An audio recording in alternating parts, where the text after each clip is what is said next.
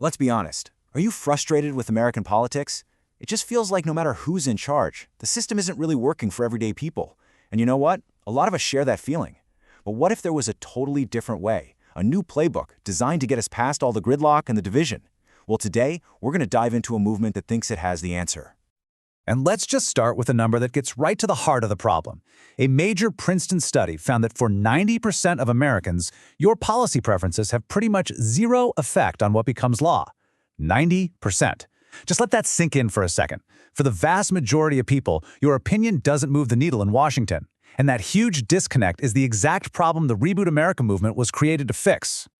So, here's how we're going to break it all down today. First, we'll take a look at the political crisis we're supposedly facing. Then, and this is the interesting part, we'll uncover what Americans actually agree on. After that, we'll get into the movement's big plan to reboot the whole system and the pledges they're using to do it. And finally, we'll ask the big question, could this really be a new playbook for politics?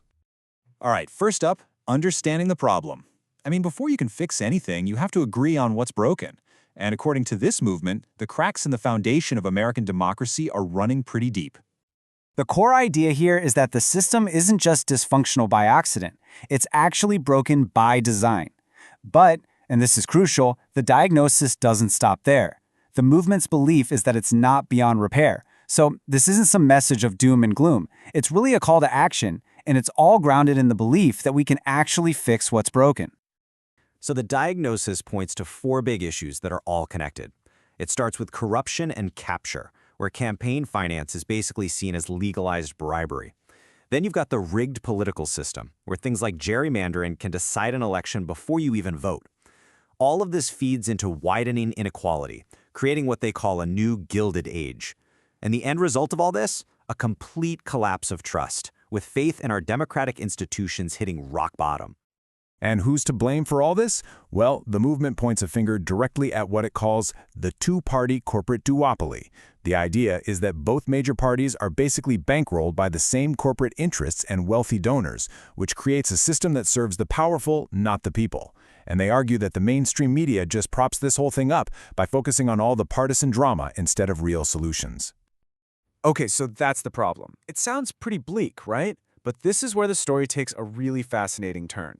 The movement argues that all the intense polarization we see on TV and online is actually hiding a powerful secret. Americans agree on a whole lot more than you'd think. It's the one question that just cuts through all the noise. We're constantly told we're a nation split right down the middle, enemies in some kind of endless culture war. But what if that's not the whole story? What if the division itself is the real illusion? And this brings us to what they call the people's agenda. The core idea is that there's this huge perception gap, a gap between how divided we think we are and how much we actually agree. This gap is fueled by media and politicians who have an incentive to focus on conflict. But in reality, there's a long list of common-sense policies that have massive support from Republicans, Democrats, and independents. Let's look at a few examples. First up, lowering the cost of prescription drugs. A staggering 88% of Americans support this. You see, it's not a left-wing or a right-wing issue. It's just an American issue. And yet, for decades, meaningful reform has completely stalled in Washington. Next, how about a big anti-corruption act? You know, something that would crack down on lobbying, secret money, that whole revolving door between government and industry? 87% of Americans are on board. That is a massive consensus for cleaning up the system. And one more, banning members of Congress from trading individual stocks. A whopping 86% of Americans agree that lawmakers shouldn't be able to profit from information they get on the job.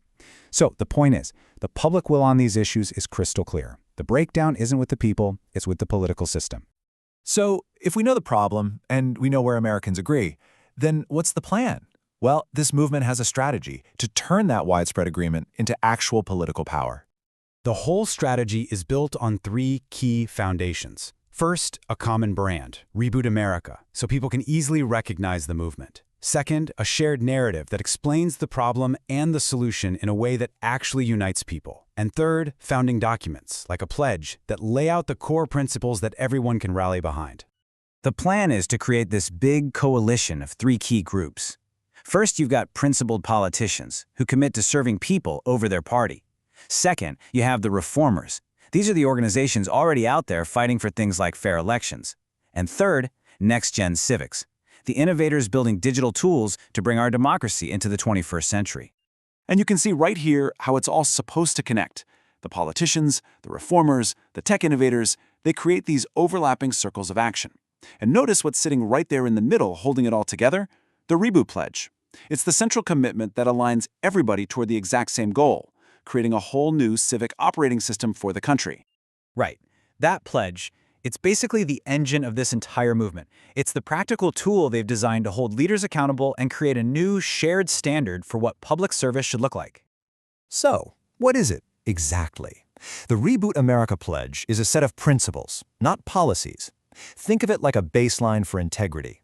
It's designed to go beyond party labels by creating a common standard for what it actually means to be a principled, representative leader in today's world. For politicians, the pledge has 6 big commitments. The first 3 are all about fixing the system. They promise to reject big money, to champion anti-corruption laws, and to push for electoral reform. The next 3 are all about representation. They commit to actually listening, to using modern digital tools for engagement, and ultimately to making decisions based on the will of the people they represent, not special interests. And hey, this isn't a one-way street. It requires citizens to get involved too. The Citizen Pledge asks people to commit to breaking that cycle of division, to finding common ground, and to supporting leaders who are truly committed to reform. It's all about building the movement from the ground up. So, where does all this lead? The ultimate vision here isn't just about passing a few laws. It's about something much, much bigger, something they're calling an American Renaissance. The goal is to spark a national renewal, to finally turn the page on this era of polarization and what they call the new Gilded Age. The vision is to reboot the founding principles of the country. You know, a government of, by, and for the people, by using a playbook that's actually designed for our time. It's a really ambitious plan, and it's built on this core belief that what unites us is stronger than what divides us. But the fundamental challenge is still there. Can a movement based on principles really overcome a system that runs on partisan power and big money? Well, that's the question this whole movement is trying to answer.